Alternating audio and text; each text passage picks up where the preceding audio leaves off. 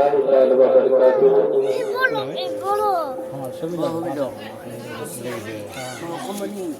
نحمده ونصلي على رسوله الكريم أما بعد فأعوذ بالله من الشيطان الرجيم ببركة بسم الله الرحمن الرحيم قال الله تبارك وتعالى في شأن حبيبه الكريم كل نفس ذائقة الموت صدق الله العظيم وبلغنا رسوله النبي الأمين المكين المبين الكريم ونحن على ذلك لمن الشاهدين والشاكرين والحمد لله رب العالمين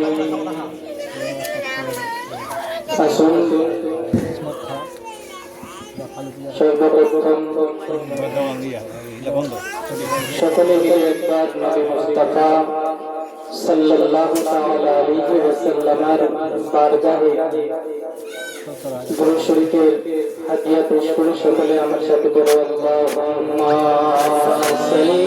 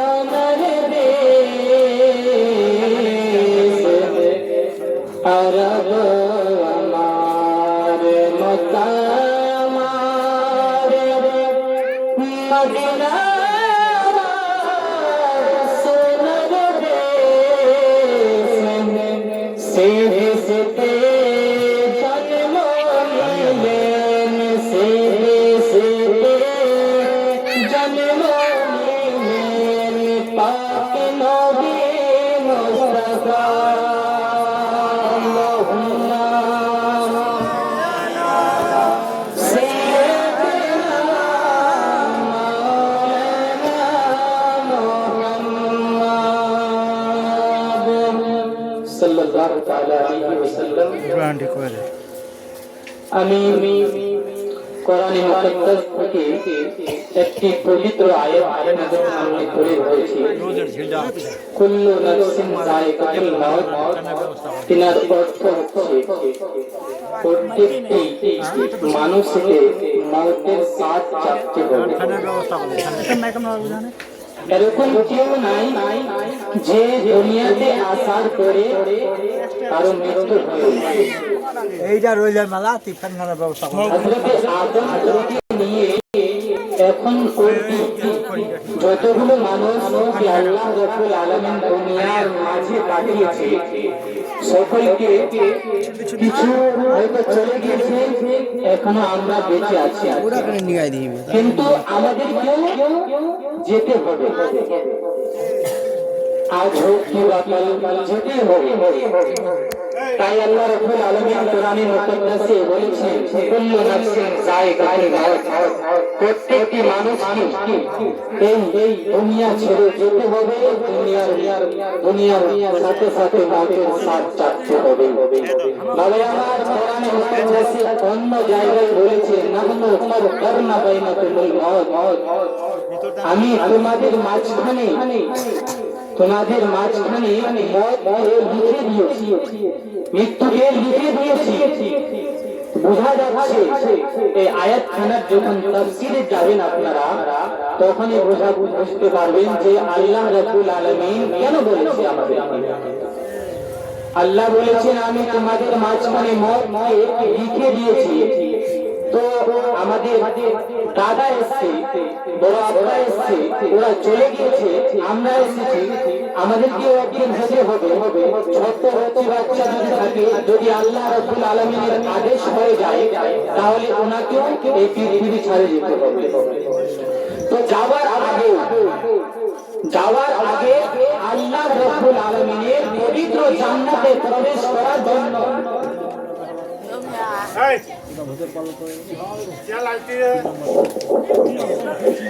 তো আল্লাহ রাব্বুল আলামিনের পবিত্র জান্নাতে প্রবেশ করার জন্য আগে আমাদেরকে কিছু আল্লাহ যেগুলো আমাদের উপরে ফরজ করেছে সেগুলো উপরে মেনে চলতে হবে, তারপরে আমরা জান্নাতে প্রবেশ করতে পারবো। যদি আমরা দুনিয়ার জন্য শুধু মগ্ন হয়ে যাই তাহলে আমরা জান্নাতে যেতে পারবো। তবে আমার অনেক লোক আজকে মিলাদ হচ্ছে এখানে আপনাদের, কিন্তু সময় 12টা পার হয়ে গেছে, তবু আপনারা বাড়ি থেকে মিলাদে আসার তৌফিক হয় না আপনাদের। বাবা আমার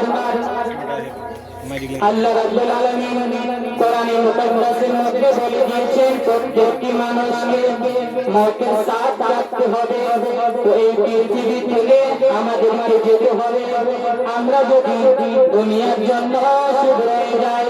দুনিয়া কামার জন্য শুধু রয়ে যাই, তাহলে জান্নাতে প্রবেশ করব কি করে? জান্নাতে প্রবেশ করার জন্য আমাদেরকে নামাজ পড়তে হবে, জান্নাতে যাওয়ার জন্য আমাদেরকে রোজা রাখতে হবে, জান্নাতে যাওয়ার জন্য আমাদেরকে আল্লাহ রাব্বুল আলামিনের এবং নবী মুস্তাফা সাল্লাল্লাহু তাআলা আলাইহি ওয়াসাল্লামের আদেশ অনুসারে চলতে হবে। যদি আমরা নবী মুস্তাফা সাল্লাল্লাহু তাআলা আলাইহি ওয়াসাল্লামের আদেশ মতো চলি, তাহলে আমরা আল্লাহ রাব্বুল আলামিনের জান্নাতে প্রবেশ করতে পারবো। সুবহানাল্লাহ। বাবা আমার একটি ছোট ঘটনা আপনাদের সামনে তুলে ধরবো। আজকে আমাদের সমাজে কি হয়? আজকে আমাদের সমাজে যখন মানুষ মরে যায়, মরে যাওয়ার পরে বিভিন্ন রকমের সওয়াল প্রশ্ন করে যে যখন মানুষ মারা যায় তখন আমাদের রূহ কোথায় থাকে, কোথায় নিয়ে যায়? তখন হাদিসের মধ্যে আছে, ফুকাহায়ে কেরাম বলেছেন যে যখন মানুষ ইন্তেকাল করে যায়, যখন মানুষের মৃত্যু হয়ে যায়, তখন মানুষের রূহ ওর নেকি হিসাবে ওর জায়গা মতো সেটিং করে দেয়। যদি নেককার বান্দা হয়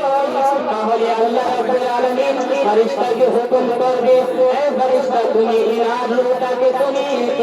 নিয়ে চলে যাও। আর যদি বদকার বাচ্চা হয়, বদকার মানুষ হয়, গুনাহগার হয়, সিয়াকার হয়, বদকার হয়, তাহলে ওর রূহটাকে সিজিয়ে নিয়ে চলে যাবে। এই দুইটি জায়গা হলো প্রকার। আর বিভিন্ন ধরনের জায়গা আছে, যেরকম আমল করলে ইনার রূহটা সেই জায়গা মতো রাখবে। বাবা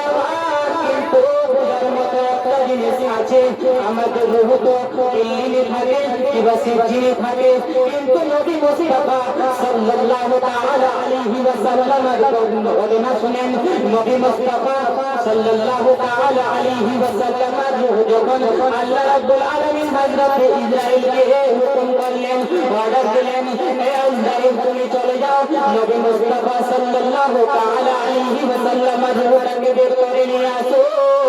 তখন হযরত ইসরাঈল নবী মুস্তাফার বাড়িতে চলে যান। নবী মুস্তাফার বাড়ি থেকে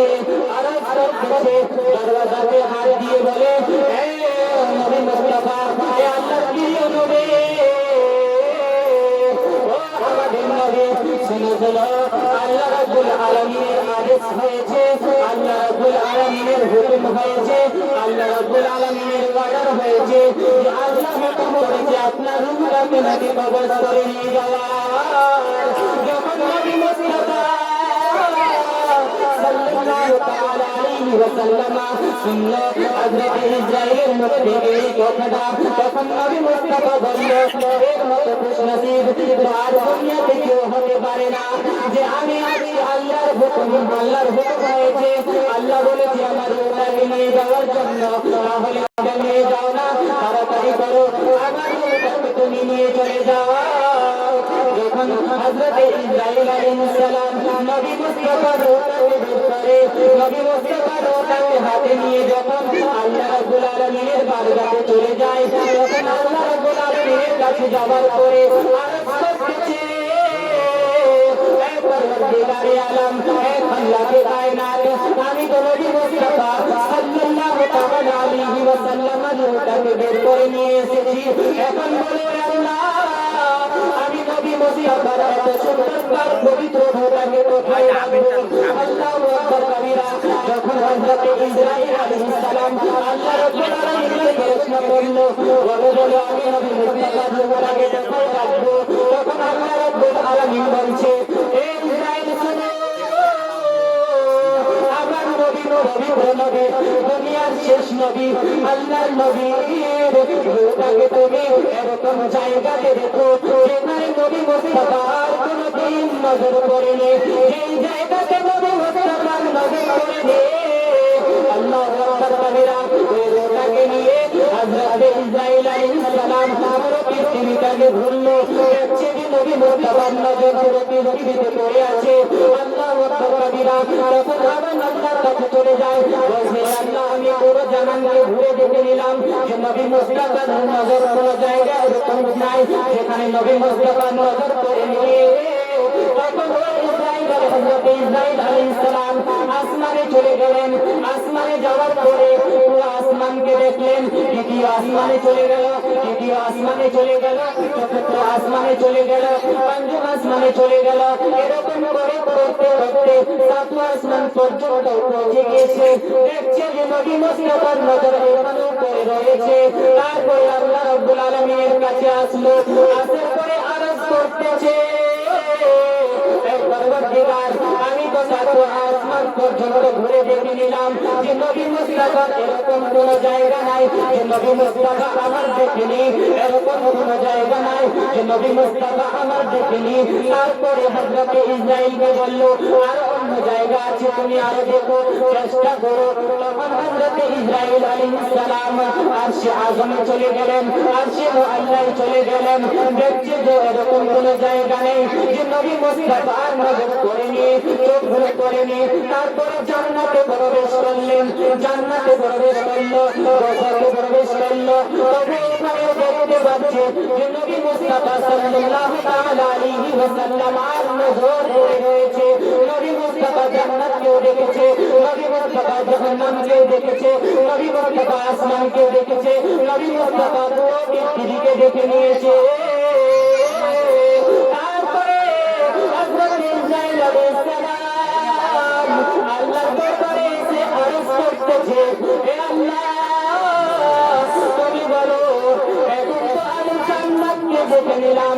জাহান্নামকে দেখলাম আরশে আযম দেখলাম আরশে মুআল্লায় দেখলাম সাত আসমান দেখে নিয়েছি পুরো পৃথিবীটা দেখে নিয়েছি কিন্তু কোনো এরকম জায়গা আমি পাইনি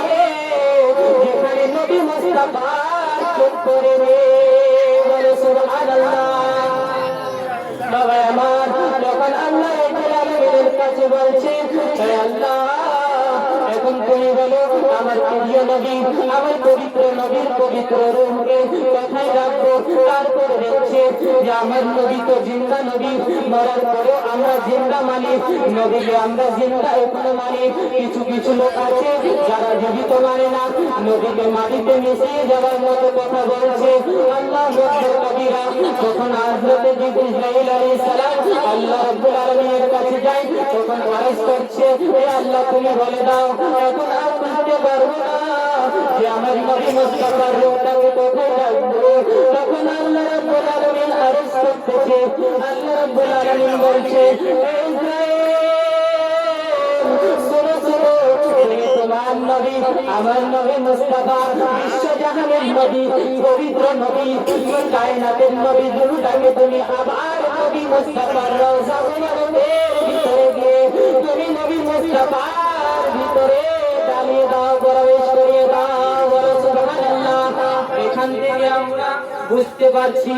বোঝা যাচ্ছে যে নবী মুস্তাফা মরে মাটিতে মিশেনি এটা আমাদের প্রমাণ যে নবী মুস্তাফা সাল্লাল্লাহু তাআলা আলাইহি ওয়াসাল্লামকে যারা বলে নবী মরে মাটিতে মিশে গিয়েছে নবীকে যারা নিজের মতো ভাই নিজের ছোট ভাই মনে করে তাদেরকে আমরা সিনা থেকে আমরা বলতে পারবো যে আমার নবী জীবিত নবী যতদিন দুনিয়া থাকবে ততদিন পৃথিবী থাকবে যদি আমরা সুন্নি মুসলমান নবী মুস্তাফাকে জীবিত মানব, যারা বড় মানছে নিজের ছোট ভাই ওকে মানছে, তারা নিজেকে মানতে পারে, কেননা ওনার জন্য ওনার ঠিকানা হবে কিয়ামতের দিবসে জাহান্নাম।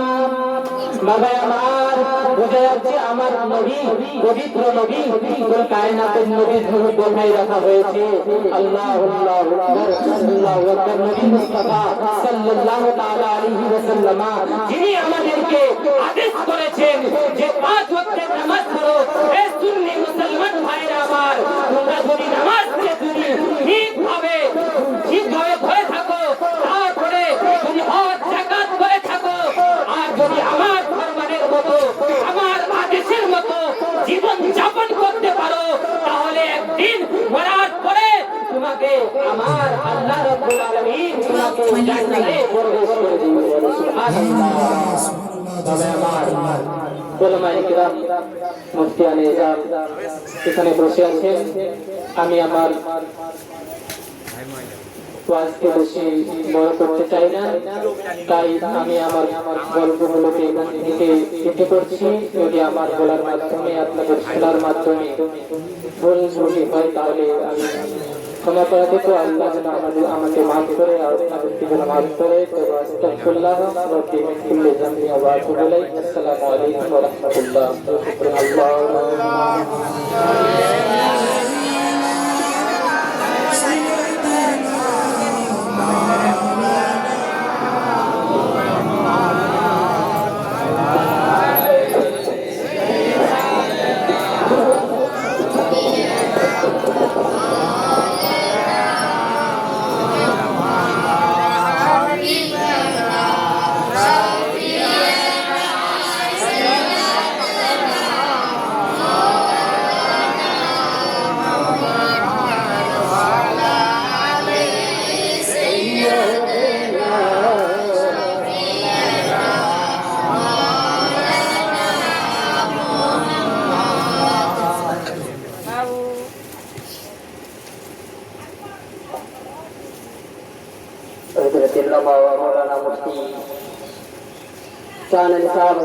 मौलाना मुफ्ती